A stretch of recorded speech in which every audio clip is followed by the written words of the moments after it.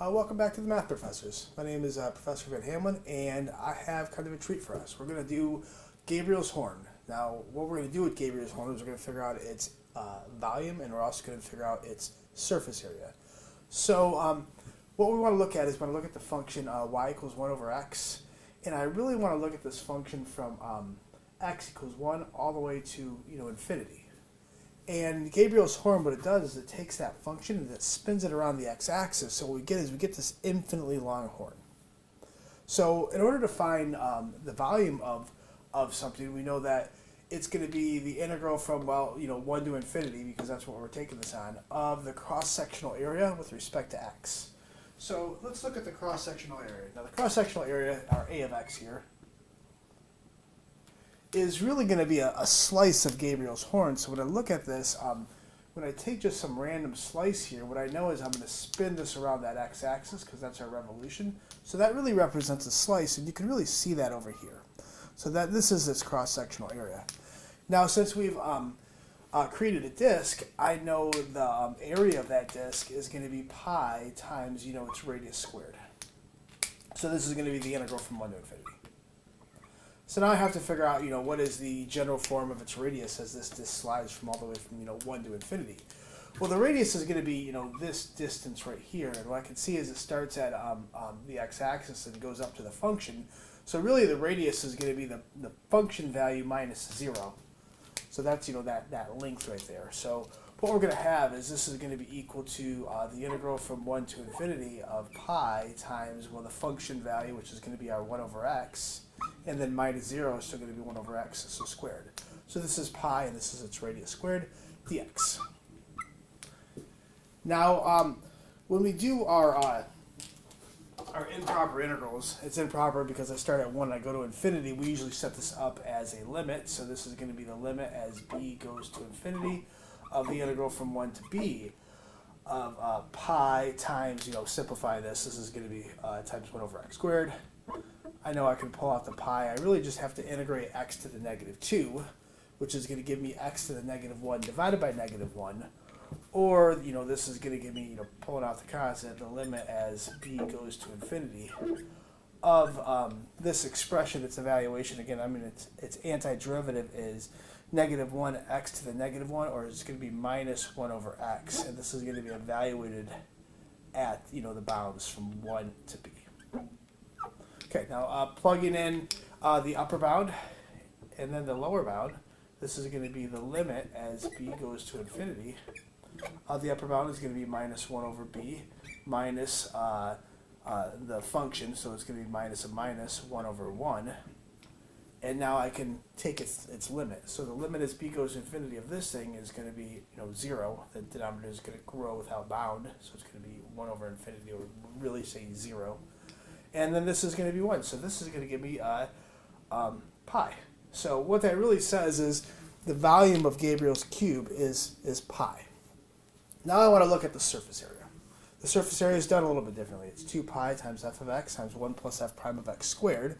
So, if I have, my f of x, which is going to be equal to 1 over x, or x to the minus 1, then f prime of x is going to be equal to minus x to the minus 2, so this is going to be minus 1 over x squared. So f of x is going to be our 1 over x, and then f prime of x is going to be our minus 1 over x squared. So this is going to be equal to the integral from 1 to infinity of 2 pi times the function, which is going to be 1 over x, times the square root of 1 plus our derivative. So this is going to be minus 1 over x squared, but we still have to square this dx.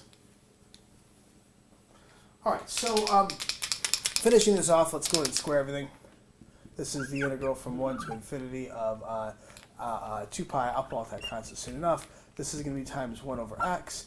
And this is going to be equal to, 1 over x to the 4th when I square that dx. All right, so I'm going to simplify inside here. So, top and bottom of this by x to the 4th. Let's go ahead and pull out our constant now since I've thought about it. So this is going to be 2 pi times the integral from 1 to infinity of 1 over x times the square root of x to the 4th plus 1 all over x to the 4th dx. Now, finishing this simplification, I know that I can square at the bottom, so this is going to be equal to 2 pi times the integral from 1 to infinity of 1 over x times the square root of x to the fourth plus 1 all over x squared dx. And I can combine those denominators finally, so this is going to be equal to 2 pi times the integral from 1 to infinity of the square root of x to the fourth plus 1 all over x squared dx. Now this is kind of a problem that we have here because finding its antiderivative is challenging. I'm sure there's one out there, but this kind of allows us to use the limit comparison test really nicely, because if that plus 1 was not there, this would just be x to the fourth underneath the radical, which would be x squared. All over this needs to be x cubed, x times x squared. So what I'd have is an x squared over x cubed, which would just be 1 over x, and that's integrable. So what I want to do is let's just investigate, this piece here. I'm going to do a direct comparison of this and the other one.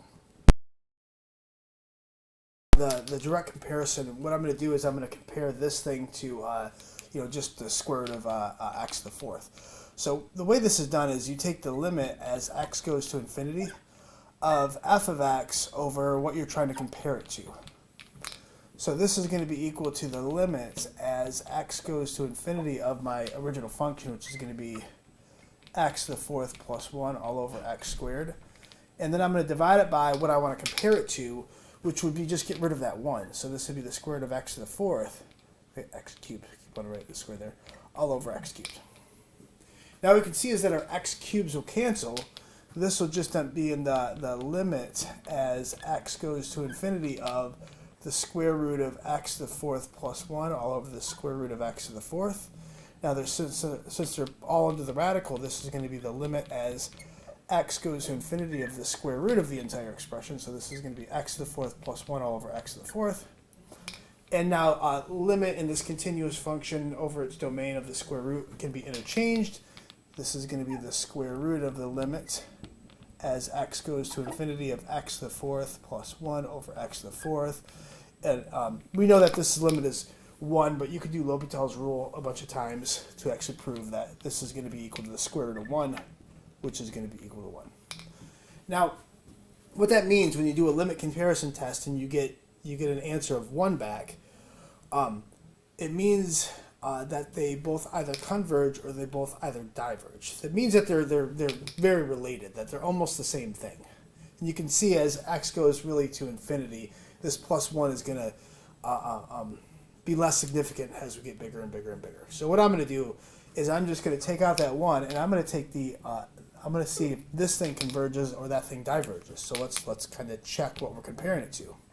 So what is the integral from 1 to infinity of the square root of x to the fourth all over x cubed dx? So this is going to be equal to the integral from 1 to infinity of, that'll be x squared over x, so this is going to be 1 over x dx. And if we want to set this up correctly, we're supposed to do this as the limit as b goes to infinity of the integral from 1 to b of 1 over x dx, which is going to be the natural log function.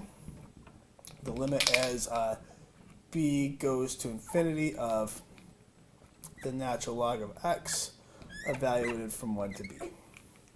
All right, so we'll evaluate this at the bounds. So this is going to be equal to the limit as b goes to infinity of the natural log of b minus the natural log of 1.